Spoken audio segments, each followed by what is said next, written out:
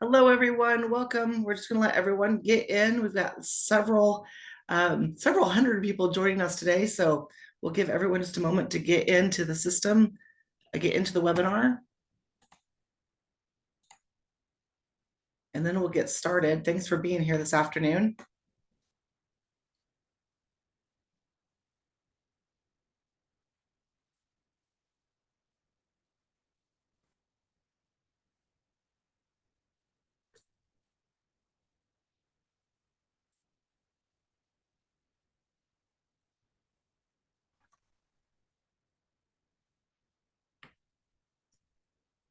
Good afternoon, everybody. Thanks for being here. We're just going to give it a few minutes to let everyone come in. We're expecting a large crowd this afternoon, and thanks for being here.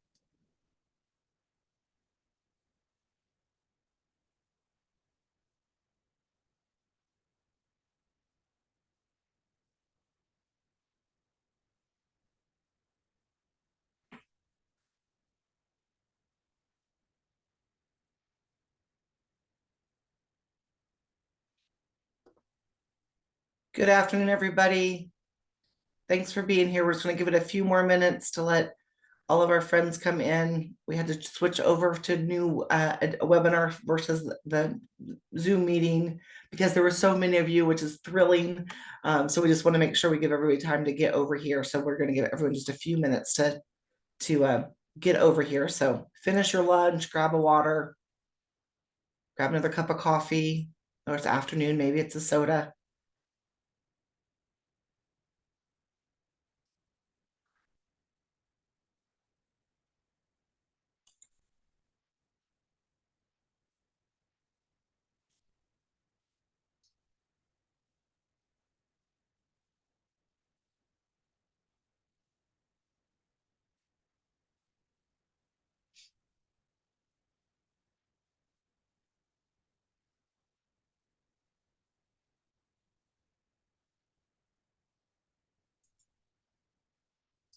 Good afternoon, everybody. Thanks for being here. We're just letting more of our friends and colleagues across the state join in. We had to switch Zoom links, so we want to make sure that we give everybody time to get here. So we'll just give it a couple more minutes to welcome everybody in.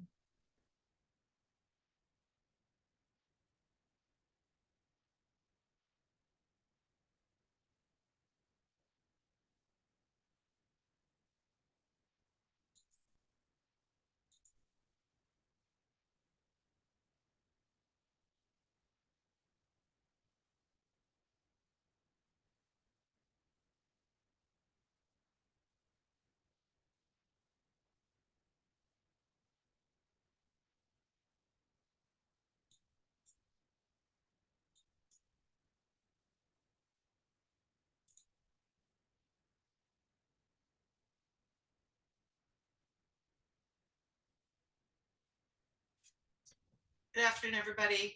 Thanks for being here. We're going to get started in just another minute or so.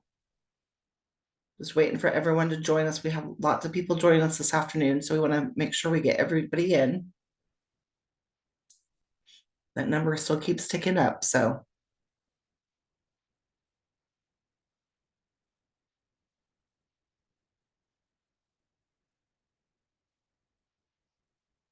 Jacob, we really need to remember to do music for these wait times. That would just make it a lot more. I know, right? Elevator music, some nice Mhm. jazz. It's a nice little get up and go on a Thursday afternoon.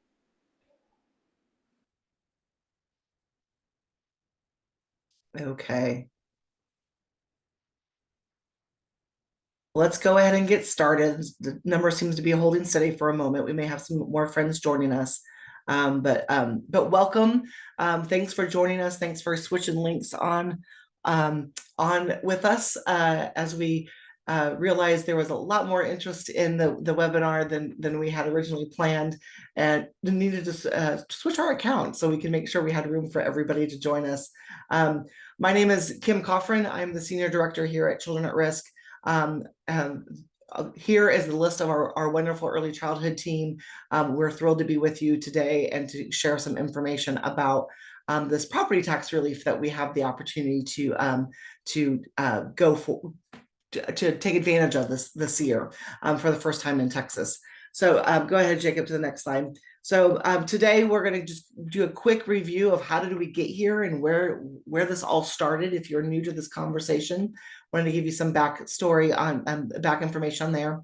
We'll go over the list of currently approved cities and counties of who have passed it, adopted this in your municipality. So we'll go over that. We'll go over the eligibility requirements of who is eligible for tax relief.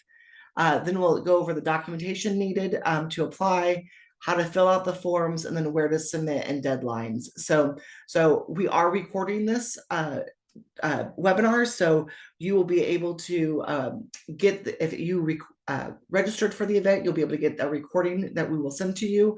We will also have it posted to our website after we're done. So we'll be able to get to it. We're going to go over that information hopefully for the next 10-15 minutes, and then save some time at the end to answer any questions.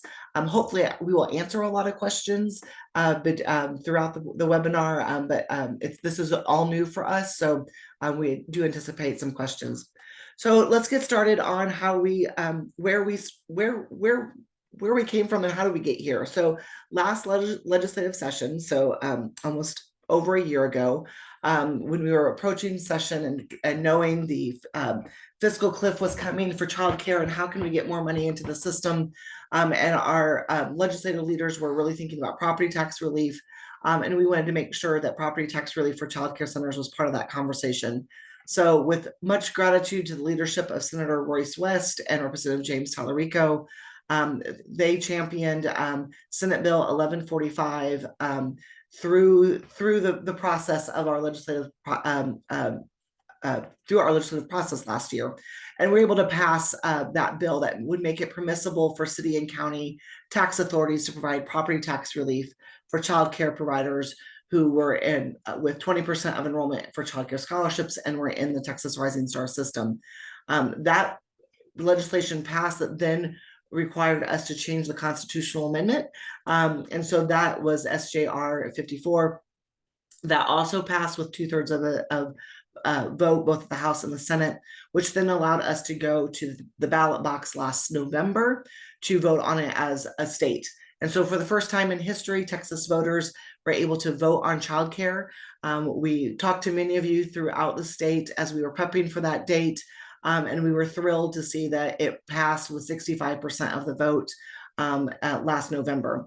50% of those voters most recently voted in a Republican primary, which shows that that was definitely a bipartisan effort to get this passed. And 65% of those voters were over the age of 50. And so it really showed that not only do our young families care about childcare, but also our older adults who remember the childcare days. So that's how we got to here. So once it passed in November, that then gave the authority for local municipalities to adopt adopt the ordinances in their city and their counties. And so currently, through many thanks to all of our partners, we now have an approved list. And we put approved so far because there are many counties and cities that are still in conversation that have passed this to property tax relief at 100% relief. So the list is there. You can see that there's 17 cities and counties across our great state that have adopted it. There are big metropolitan counties and cities, and there are very small counties and cities also on that list. And like I said, I know many of you are having more conversations in your communities. I had an email from a provider just today about how do I talk to my city and county officials. So we know that list will continue to uptick. But for those that have passed it thus far, that means providers in those municipalities will be able to take advantage of the property tax relief for tax year 2024. But there's a deadline coming up. So we want to make sure that we give you all the tools that you need and the information for you to be able to take advantage of those property tax reliefs. So who is eligible for this property tax? So if you look at this list, you will see the first three are the main ones, because if you have the first three, the other ones are all come into play. So the first one being that your child care facility must be in a city or municipality, county or municipality that has approved that property tax relief. So that list that we had on the previous slide, that lives on our child care tax relief website. We will continue to update that. And also, if your community adopts it in a week or two or 2 months from now, please let us know so we can update that and keep that list as fresh as possible. The second requirement is that you must participate in the Texas Rising Star program. And the third requirement is that you must have at least 20% of your enrollment in the facility must be children participating in the child care services program, the Texas Workforce Commission's scholarship program for childcare. The other three requirements: making sure that you are a childcare center. You couldn't be in Texas Rising Star if you're not in childcare center. You have to be licensed. You couldn't be licensed if you aren't. You have to be licensed in order to be in Texas Rising Star or take subsidy children. And you have to be making sure that you're exclusively for development and education of services for children. That last exemption is that exemptions cannot be claimed for property in which the person has claimed an exemption under the homestead exemption. So this is that ruling that doesn't allow our family home providers to take advantage of this additional property tax relief. So I know of many of you, if you're a family home provider, we've talked about that over the last year and what else can we do to support family child care. But they do have that exemption if you own your home to take advantage of the homestead exemption and not this. Okay, so that's who's eligible. So now that you're in a municipality that has passed it either at the city or the county or both, and you meet the requirements. So now what do you do? So let's look at the documentation that's needed to be able to apply. So there is some forms that need to be filled out. So the child care property tax exemption application, which is form 50-844. And we'll get to that and we'll walk through that here in just a second.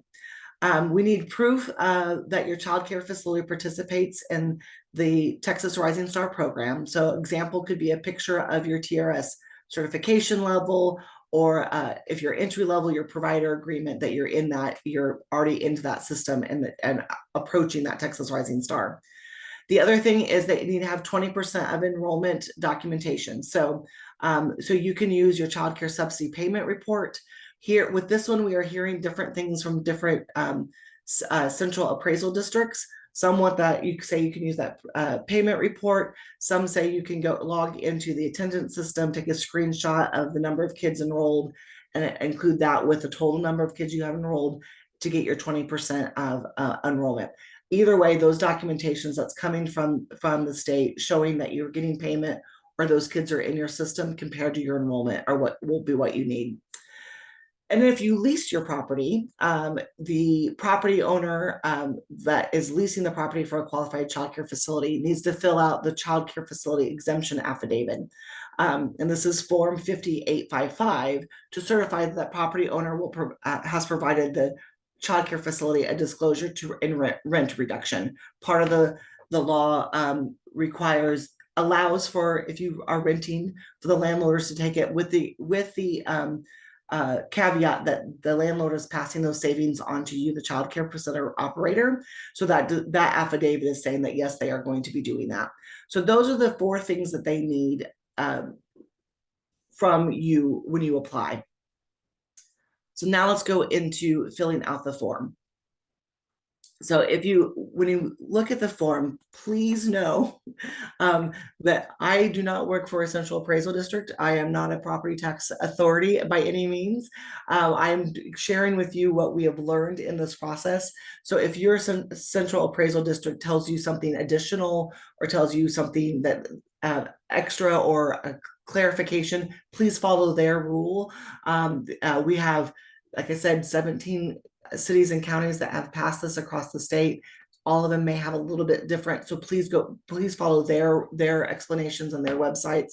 But we're hoping to give you some base knowledge so you know what questions to ask and know how to get started in the process. Okay, so where do you find this form? This magic form 50-855. So you can go to the comptroller.texas.gov website. Once there, you'll click on the tab Taxes at the top, and then find Property Tax Assistance tab. Under that, you'll find Resources, and then you will click on Property Tax Forms. You are going to look at the exemption forms and scroll almost to the bottom. The forms are in numerical order, so you can find it easily, and look for that form 5844, which is the application for child care facility property tax exemption. So there's a lot of steps there. That's why we've recorded this, and you can find it later. We also have a copy of that application on our how to apply on our childcaretaxrelief.com website. So you can find that there as well. Note that some central appraisal districts have a unique, their logo on the top corner, etc. So just know that you may need to find the one that applies to your central appraisal district. All right, now let's dig into this form. For the most part, it's pretty straightforward, but there are a couple tricky parts that we want to make sure that we explain. So under the tax filing year, it's 2024, and you'll be applying for 2024. If you're watching this video in the future in 2025, you'll do it for 2025. So you'll do it for your appropriate tax year. It also asks for your appraisal district. So here, the best way to do it actually is just to Google the county that you live in and your appraisal district. Most of the time it follows the counties. So it's Dallas Central Appraisal District or Travis Central Appraisal District. Most of their websites are just that, dallascad.org or traviscad.org. But if you Google your county that you live in, even if your city has passed it and your county has it, your appraisal district is search it by county, and in that way you will find what your appraisal district is. Once you're on your appraisal district, you need to look up your 17-digit account number with your address and your owner name. That's unique to this, unique to your program. And you'll put it there on the right-hand side of the application. Then you'll go into section 1 and fill out those details about your property.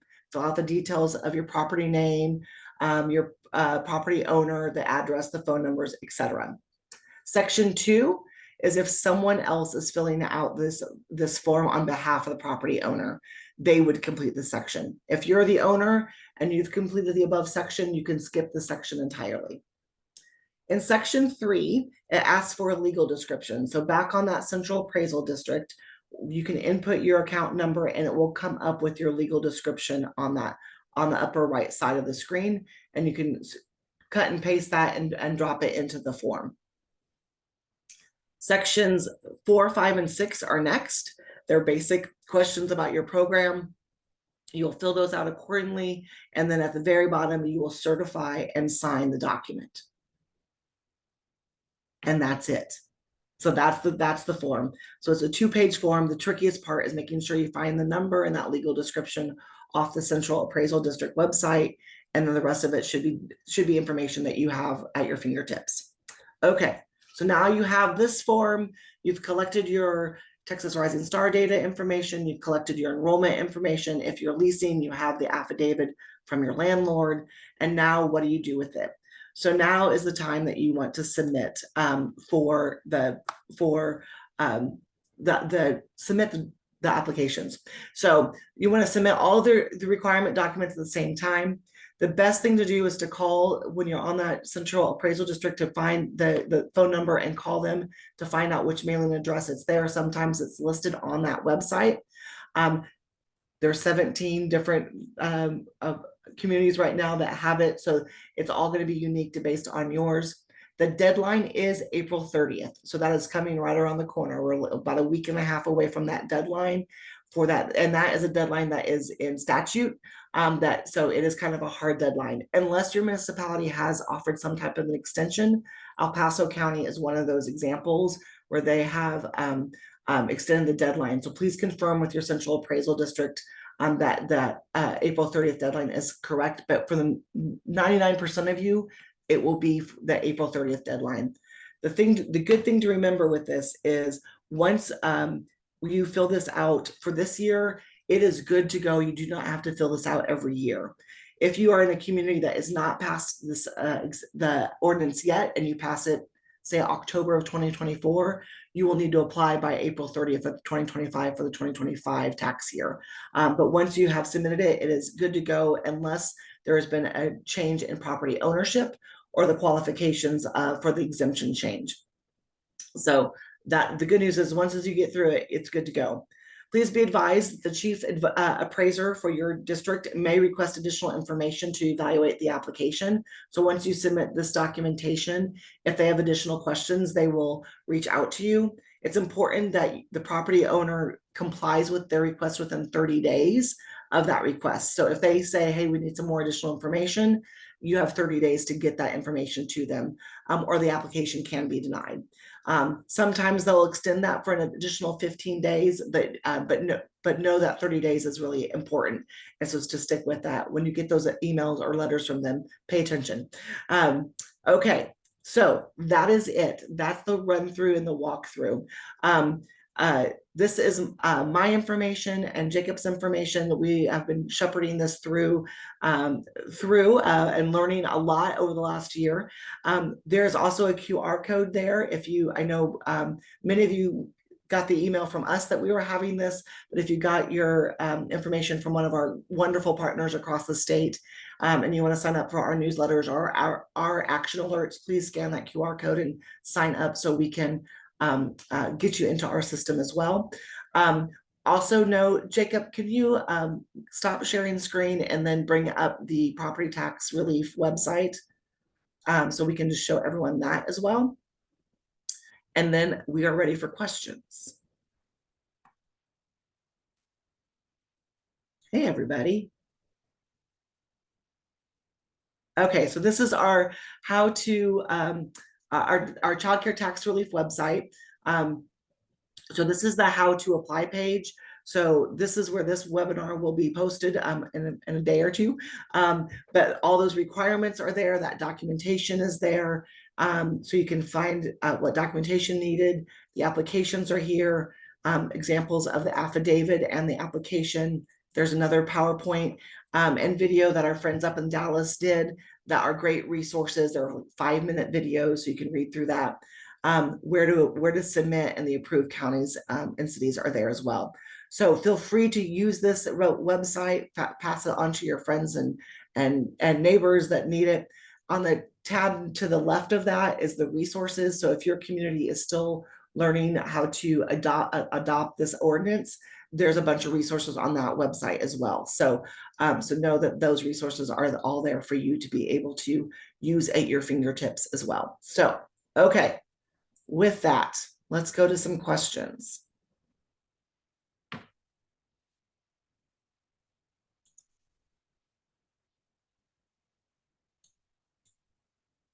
Okay, let's see. Are any, I'm going to rely on my team. Is there anything that is still left outstanding? So Kim, if you go into the Q&A section on the bottom, everything that's open is still open, and then the answered are closed. So you can kind of skim through the open ones and then skim through the answered to see if there's anything else that arises. Yep. Thank you, Caitlin. The 20% or the house rent reduction calculated for the landlord when leasing, it should be the same amount. So whatever is being deducted for their whatever that reduction is in the property taxes should be reflected in your rent.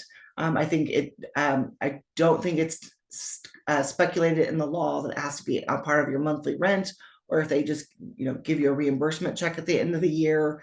I think that can be as long as the amount is the correct, how they get it to you is up to them. What if we do not qualify for 20% at the time of application, but are by this September deadline? So that would mean that you may not qualify for the exemption this year, but once you hit that benchmark, you can apply for the tax exemption for the 2025 tax year. So that is that piece.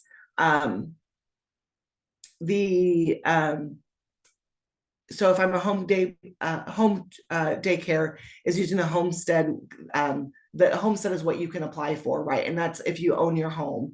The people that are left out of either of these are the home childcare that are renting their facility. So that's, you guys aren't covered in any of these exemptions, something that we are aware of and working on it. Are religious nonprofits allowed to apply? Yes, as if they're currently paying property taxes. So if you are not paying property taxes, or if you're not paying property taxes, then you wouldn't have to apply because you're not paying property taxes. But if your nonprofit is, then you would be, there is no exemption for you guys. You can be able to apply. Is it 20% of enrollment or what you're licensed for? It says enrollment.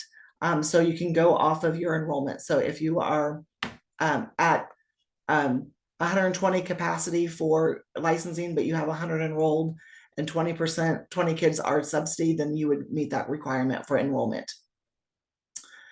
Is there only one, is this form only for those that are in TRS programs, or is it for all directors? So part of the requirement of the law is that you have to be TRS to be applied for it. So to apply for this exemption, that's part of the rule. So you have to make sure that you're on that TRS benefit. Can you point me to a release or legislative document where that requirement from last year? We tried to find it earlier and didn't have any luck. Yes, Kenneth, Jacob, I don't know if you have the capacity to find that bill on the Capitol website or not. If you can put it into the chat, that would be great. But we can send it to you, Kenneth, on that piece as well. Any word on Williamson County approving this? Not that I know of, Tom, but if you would like to, I live in Williamson County. I'll be happy to help partner with you. Reach out to me and we can see what we can do to continue to beat that drum. So on the form 844, I should include my corporate information, phone number, not the owner. That's a good question, Ed. I would go based on what your property tax documents say. That's what I would do, and you may call your appraisal district and find out.